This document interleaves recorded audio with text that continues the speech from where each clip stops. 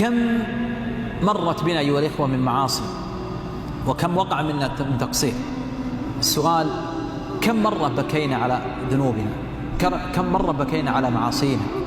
كم مرة جلس أحد منا مع نفسه يستعرض شريط أعماله، شريط سيئاته، شريط أخطائه، فنزلت منه عبرة وسالت على خده خوفا من الله عز وجل؟ كم؟ اسأل نفسك وأنت أعلم بها. متى آخر مرة بكيت حزنا على معصيتك؟ كم مرة أو متى آخر مرة بكيت خوفا من الله عز وجل أنك قارفت معصيته وعصيت الله عز وجل وهو يراك ويطلع عليك؟ متى آخر مرة خرجت منك دمعة هي ألم أو تعبير عن ألم قرص قلبك وآلم فؤادك لأنك عصيت الله عز وجل؟ ما دام هذا الحس موجودا في القلب أيها الإخوة، وهو حركة القلب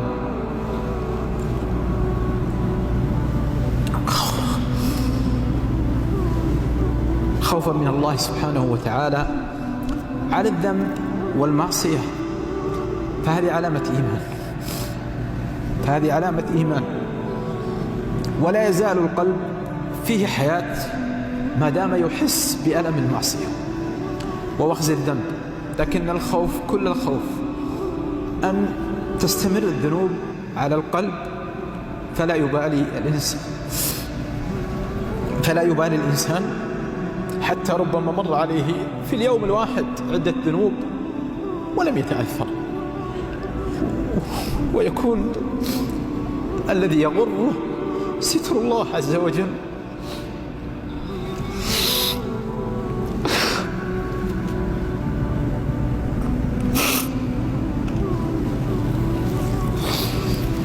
يغره ستر الله سبحانه وتعالى وحلمه على من عصاه،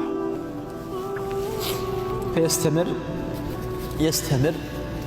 كما قال أحد السلف لما سمع قول الله عز وجل: يا أيها الإنسان ما غرك بربك الكريم، فقال: ستورك المرخاة يا رب.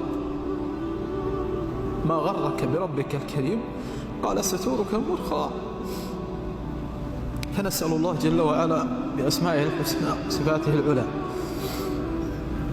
أن يتوب علينا وإياكم في التائبين، وأن لا يجعلنا ممن غرهم ستر الله الكريم الحليم. اللهم لا تجعلنا ممن غرهم سترك ولا غرهم حلمك. اللهم لا تجعلنا ممن اغتر بحلمك ولا بسترك. اللهم يا حي يا قيوم ارزقنا خشيتك في الغيب والشهادة. اللهم ارزقنا خشيتك في الغيب والشهادة. اللهم ارزقنا خشيتك في الغيب والشهادة يا رب العالمين.